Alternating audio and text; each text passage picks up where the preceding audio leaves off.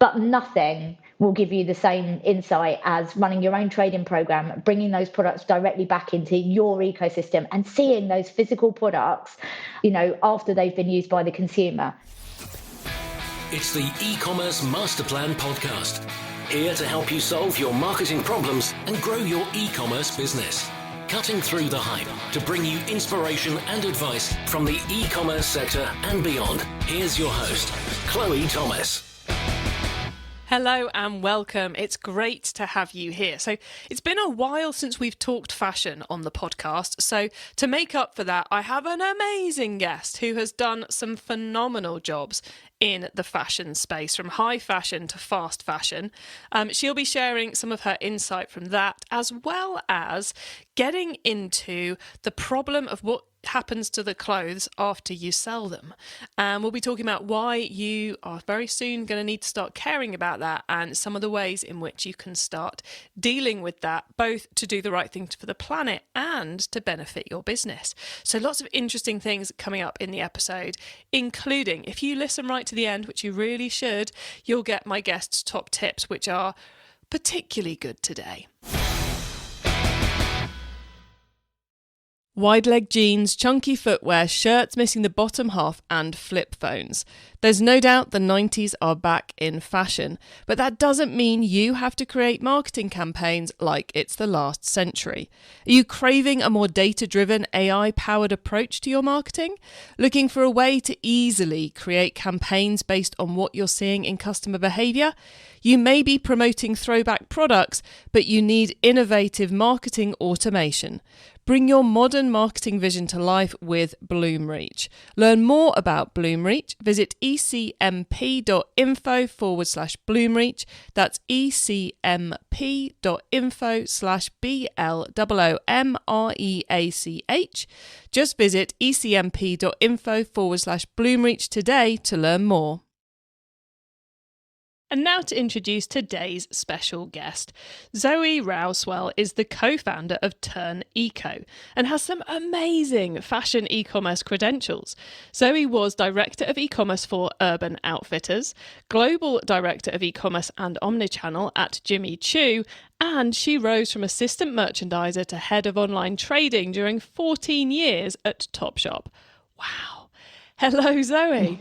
Hi, thanks for having me. It's awesome to have you here, and congrats on managing to get so many stellar fashion brands into one CV. Yeah, I've been incredibly lucky in my career for the brands that I've worked with and for. It's been brilliant. And how did you end up on that e-commerce road? Because you had several roles before the ones I mentioned. So how did you end up in this world of retail and e-commerce? So my first foray into retail was actually my very, very first Saturday job when I worked for my uncle on his fabric stall in Brixton Market, which I absolutely loved and was really good fun. And from there, I entered the Marks and Spencer's world, and I worked for them during my holidays when I was at university, which was brilliant because not only was it indoors, but I also got access to M&S food in their canteen during my breaks, which is delightful. And then I did management studies at Leeds University, which was kind of business studies, really, and a bit of everything. And, as you do when you get to the end of your course and you're starting to think about what you're going to do with your life, started to think about, okay, well, what is it that I'm good at? What do I enjoy doing? And despite living on a student budget, I thoroughly enjoyed shopping. And I was like, how do I start a career in shopping? Can I get paid to go shopping on someone else's money? And actually there is a career in that, and it's buying. But the more I learned about it, the more I realized that it wasn't necessarily playing to my strengths. Came from a kind of business studies degree, love a spreadsheet, love numbers, and discovered that there was sort of a parallel role to buying, which was merchandising, and thought, hang on a second, okay, I'd like to explore this. And that's really where it started. So I did a couple of entry-level roles in merchandising for retailers, and I ended up doing a pricing project for the Disney store. That was a project, it was coming to its end, and again, I was starting to think about what it was that I was going to do afterwards. And they then advertised a role as merchandising assistant for the Disney store website. And I was like, oh, that sounds really exciting. Now, this is going to age me here, but this is at a point where Not everyone had a computer at home with internet access. Not everyone had their own email address, but we did at home. And I loved already the potential that the internet offered and the exposure to the wider world that it gave. And I was like, I really want to do this.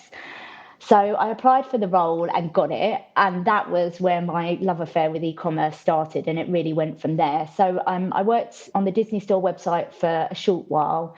And then a role at Arcadia Group, which was, the owner of brands Topshop, Topman, etc., came up as assistant merchandiser for their websites there. And I was like, hang on a second, this is completely a piece of me. It's a brand and a business that I love, that I shop with, that I really feel affinity with. And then got the role there. And, that started my 14 years at Topshop, which was incredible. I loved it. I still love e-commerce now.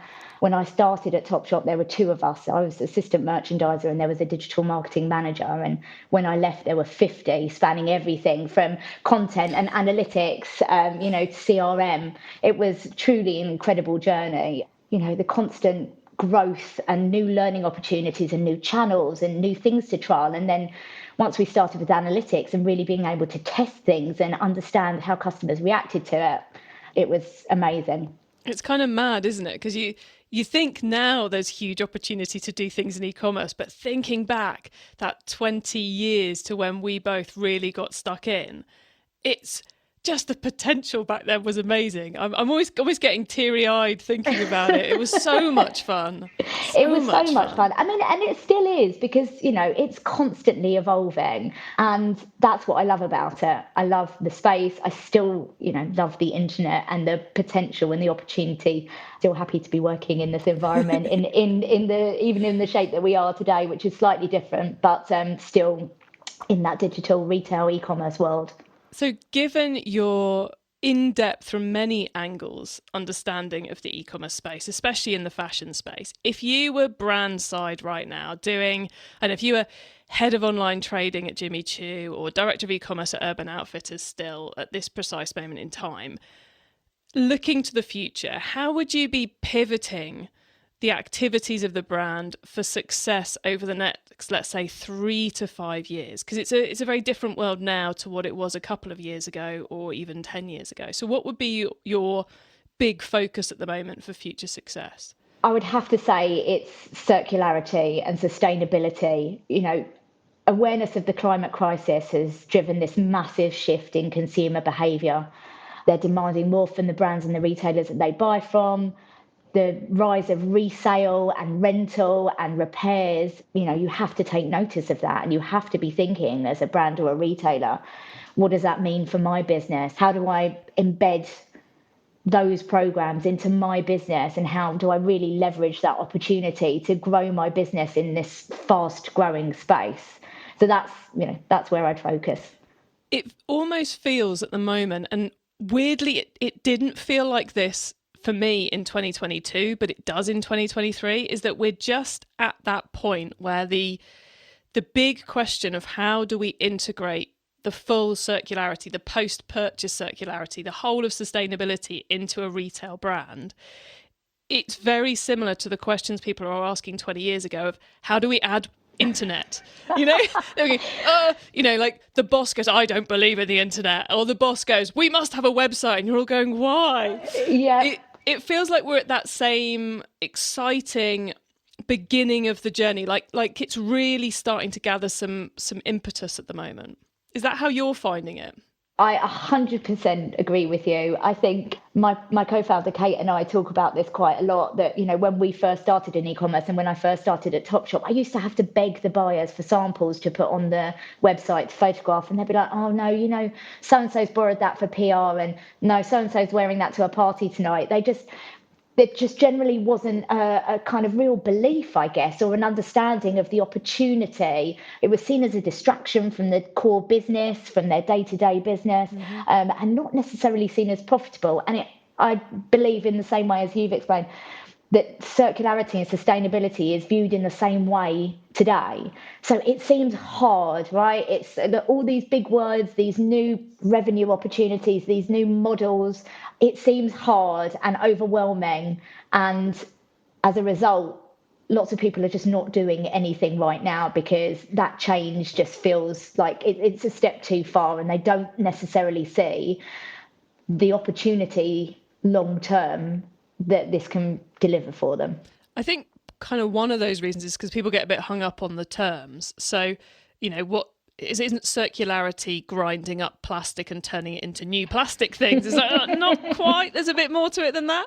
And sustainability, that's just about reducing your carbon footprint, but it's obviously about more than that. So for you, what are the key parts that this circularity piece drills down into for the average e-commerce brand? And we can stick to fashion if that keeps things simple. Or not that it's simple, but Well, I think it's not a simple challenge or a simple solution, and there's definitely not a one size fits all. I think the reason why circularity and sustainability probably sounds so overwhelming is because really it's a transition from the current state of play and the current business linear model of producing something, selling it, and then, it being thrown away when we're finished with it, to something that is truly circular, that starts with the initial design of a product. When you're first thinking about how to design a product, what materials am I making it from? How are they going to be dealt with once the product isn't usable anymore for whatever reason? Can we break this down? Can this part be recycled? Can it be repaired? So it starts from the very beginning all the way through to then, okay, well, how do you manufacture it? How do you sell it? And then this, big challenge that we've got at the moment is once I've sold it and someone's finished with it, what happens to it? And the problem that we've got is all too often at the moment, it just gets thrown away. And it's not a fashion specific problem. It's a retail problem as a whole. We all have stuff in our wardrobes, in our cupboards, our lofts, our sheds that we don't want, need, or use anymore.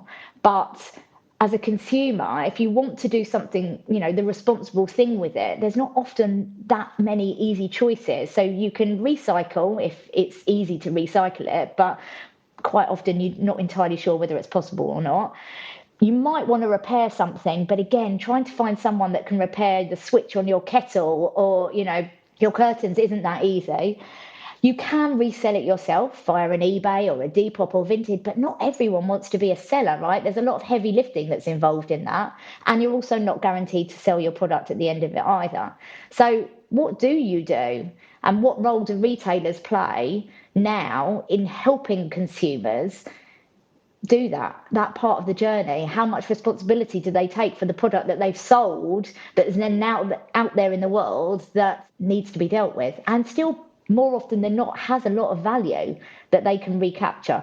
Yeah, it's that part after the purchase has been made, which I think is the hardest one for people to get their heads around, because it's like whether we want to care about it or not, as a retailer, as a brand, sooner or later we're going to be forced to care about it by government.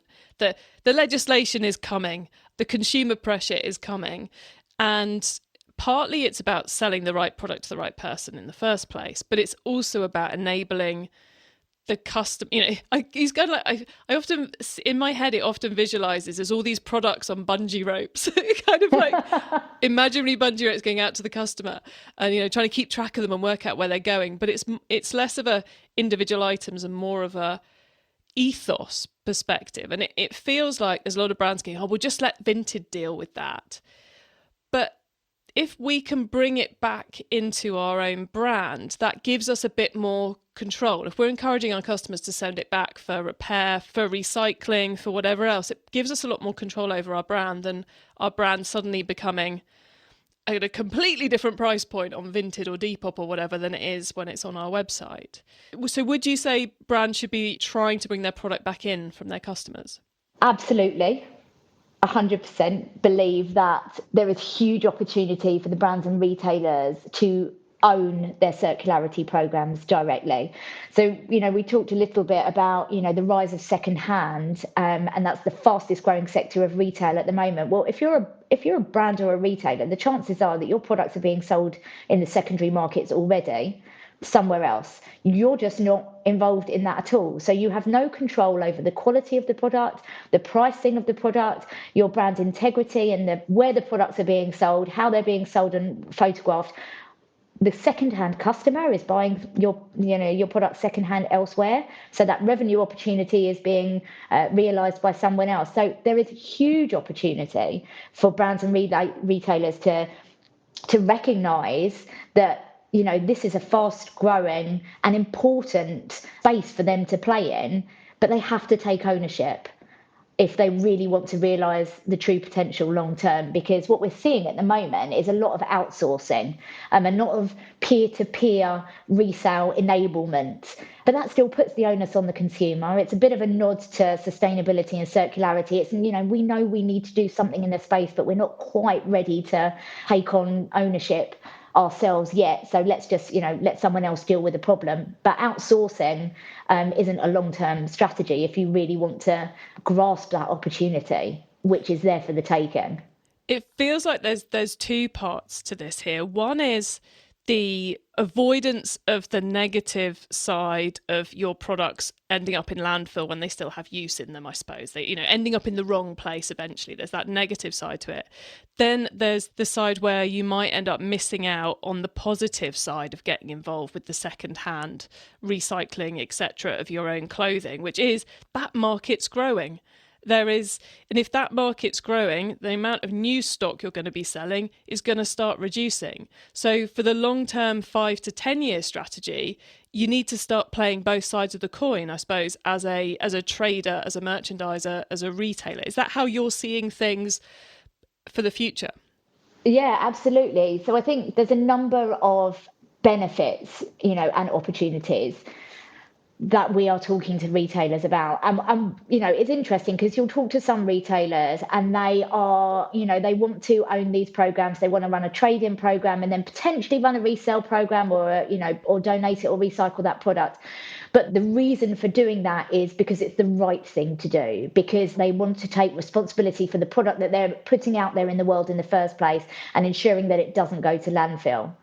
And then you've got another set of retailers that are looking at the secondhand market growing. And we're seeing this in luxury, which is really interesting that they've kind of, they are rapidly adapting to this shift, recognizing that people like Vestiaire Collective, and those other Cadonis and all of these guys are already playing in that space and wanting to really own their brand integrity, because that's super important to them. And what does that then mean to them as a brand and their circularity program? So you've got the revenue opportunity that the market offers as well. So there's lots of factors that play into what makes a successful program, and your motivations might be different depending on who you are and what products you sell and what stage of your journey you're on, but they all play into the fact that we have to do this because, as you said, government legislation is going to force retailers to change their practices. We're already seeing that with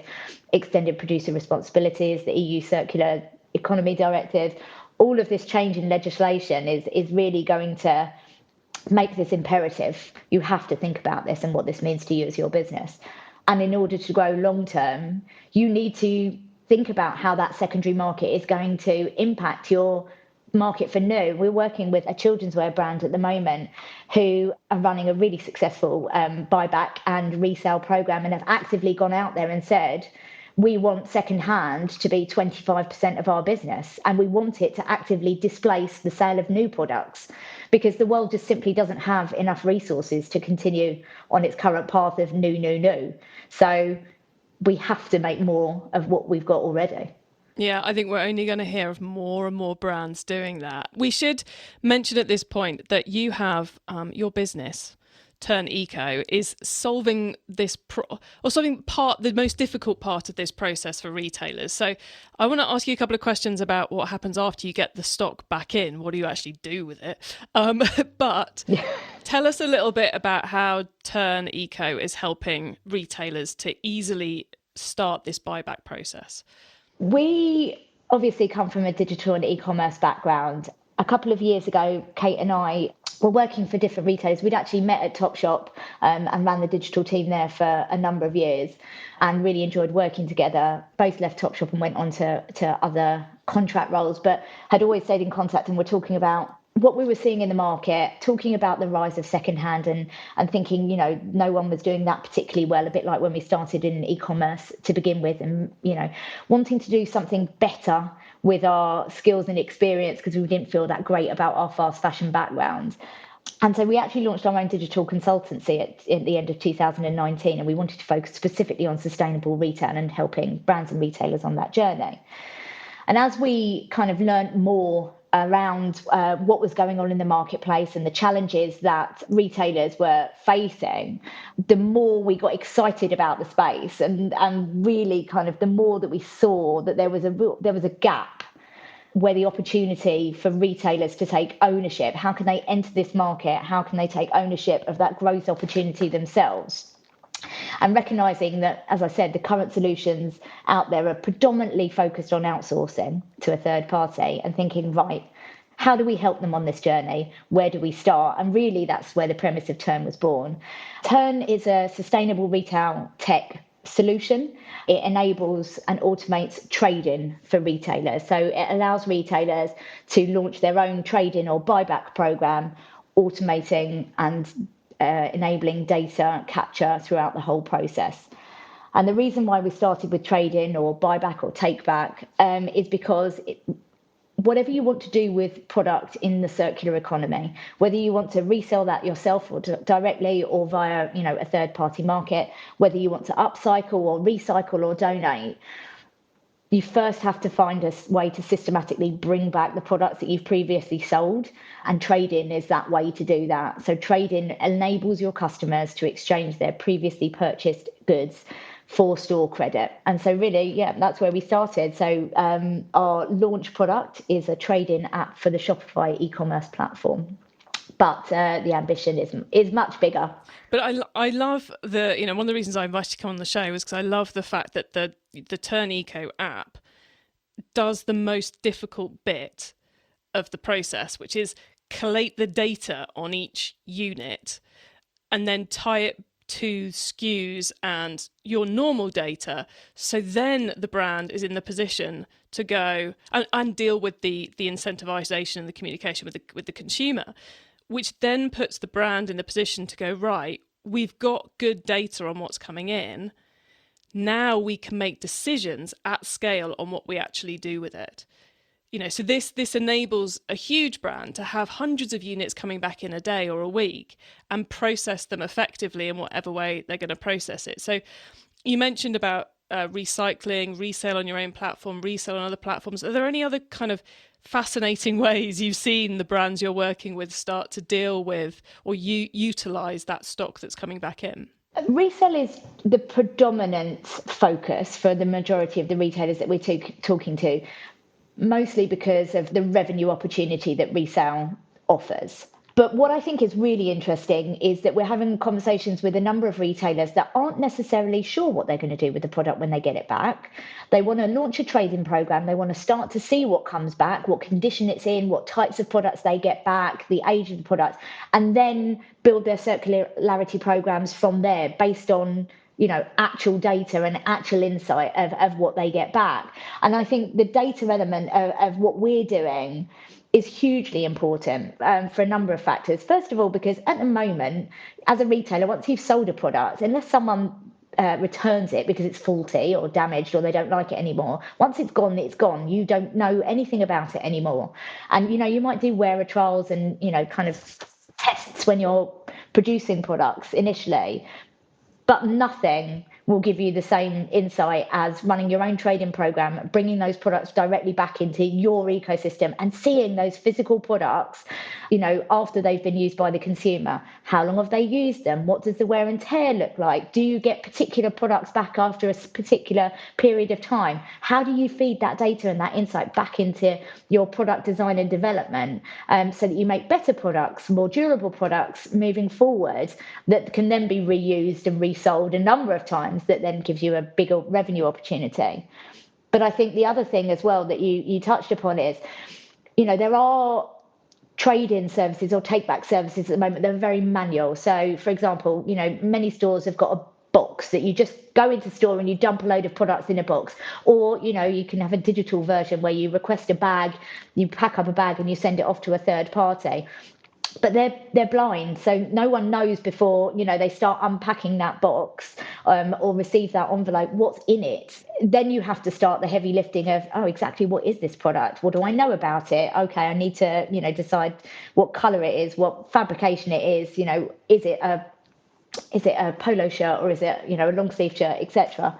So the beauty of running a kind of digitally enabled trade-in program that really starts from the original purchase data and feeds, and tracks all the way through to take back, and then also manages analytics into the credit that you offer and the customer behavior after they've received that credit, is a huge volume of data about customer behavior, customer preferences, customer life cycles, and purchase frequency that you've never had before. E-commerce Master Plan is supported by some of the greatest companies in the e-commerce sector. Here's a reminder of who they are.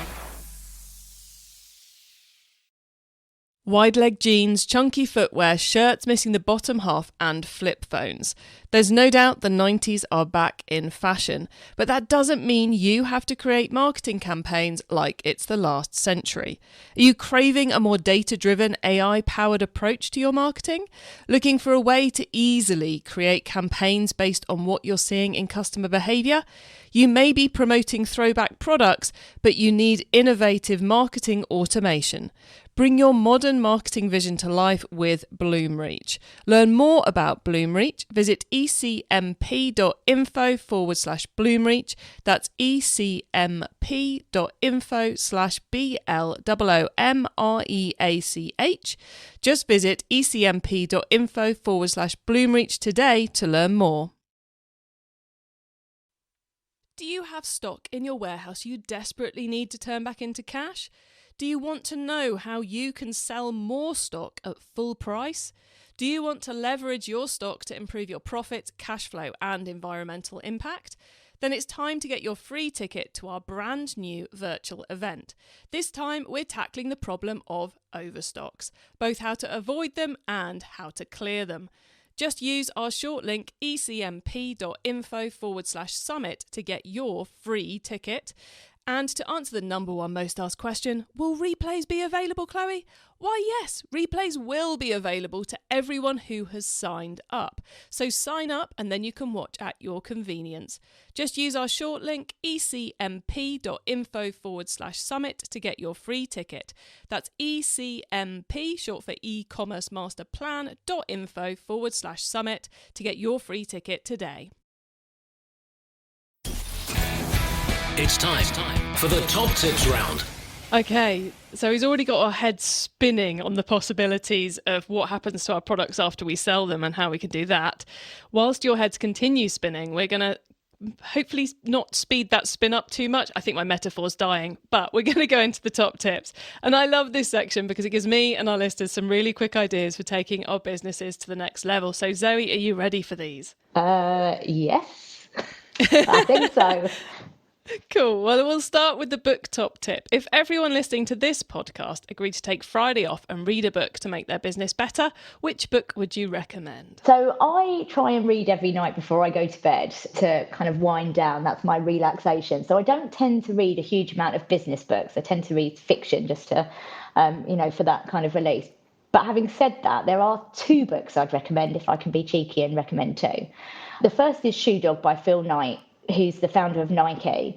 I love this book because it's just a great story to start with, but it's fascinating to learn how a brand that you've grown up with, like this absolute giant that's known worldwide, started from him borrowing, I think, $50 from his dad to start selling running shoes and just became this giant, amazing brand that we know today. I say amazing, people might have different opinions on it, but it's globally recognized, shall we say.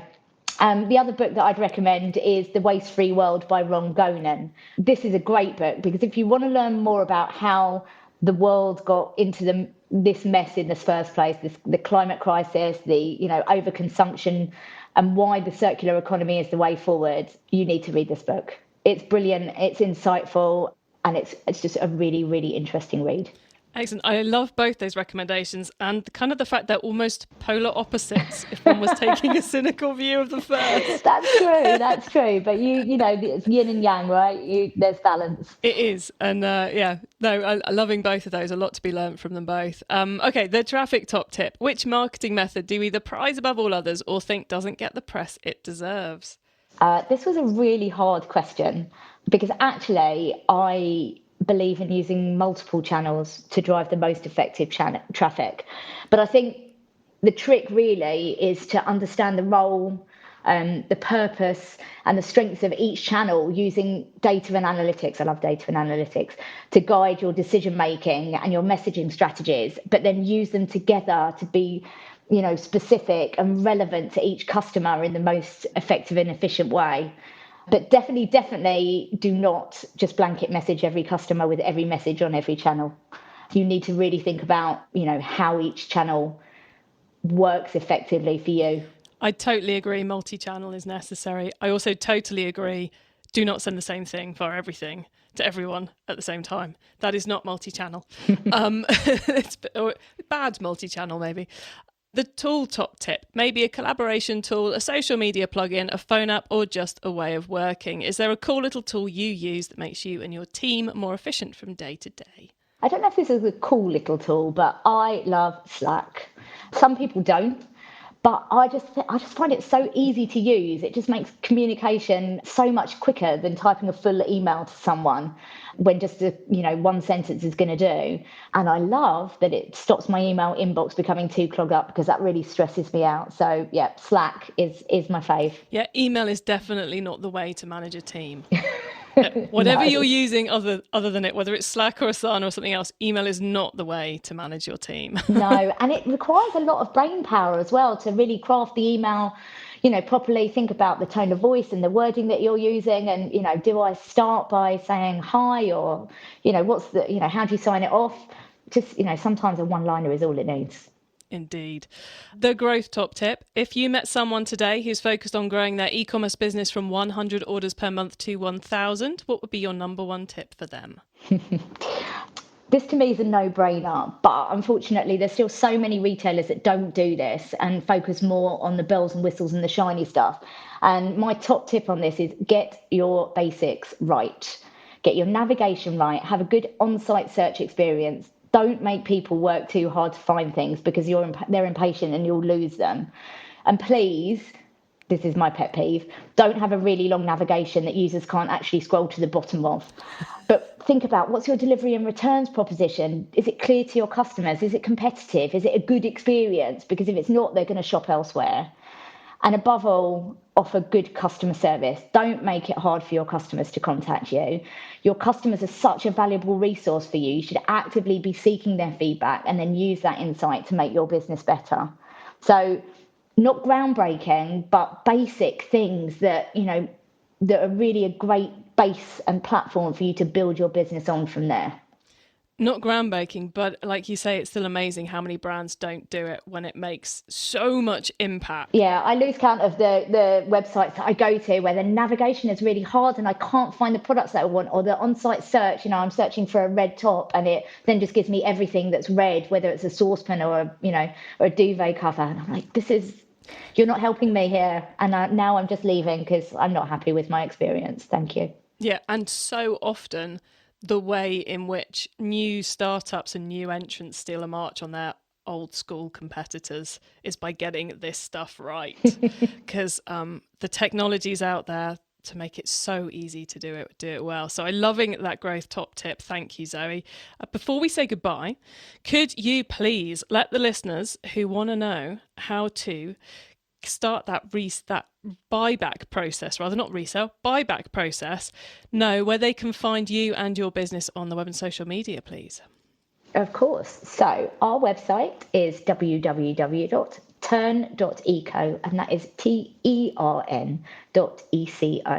And you can find us under turn.eco on Instagram and LinkedIn as well. Come talk to us. We'd love to talk to you about how to get started on this journey. Brilliant. Thank you so much for coming on, Zoe. I really, really, really hope we've inspired lots of listeners to get in contact, or at the very least to put you on their must tackle next quarter list. So it's been brilliant chatting about all this. Thank you so much for sparing the time to come on the podcast. No, it's been great to talk about it. Thank you for having me.